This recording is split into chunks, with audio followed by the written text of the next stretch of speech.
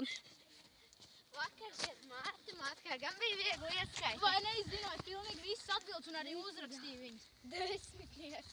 Droši vien šitie nāks un ko nesapratīs. Skatieties. Sūdzēsies.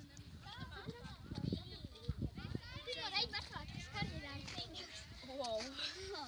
Čau! Gribu pārbaudīt dažus par Jāni Menci. Mēs uzrakstījām strīdnieku. Nopietni. Zinu, vai jūs varētu rekt paņemt grāmatas apsiet. Refrakcijas.